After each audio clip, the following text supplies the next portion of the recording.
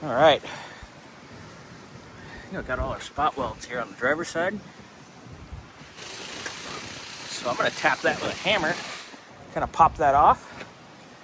And tomorrow I'll finish off over there. All right, so I got pretty far.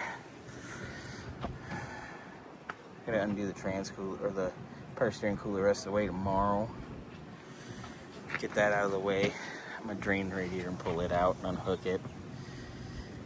There's 3 spot welds right here that are inside the bar, but I can get those with the air hammer. Knock that out, and then that side will be off. So, didn't take too long. Get that out. I need to get this one off. And like I said, donkey straighten this with a jack handle enough to where I can get in here better. And I'll probably just cut it right here because it's good here.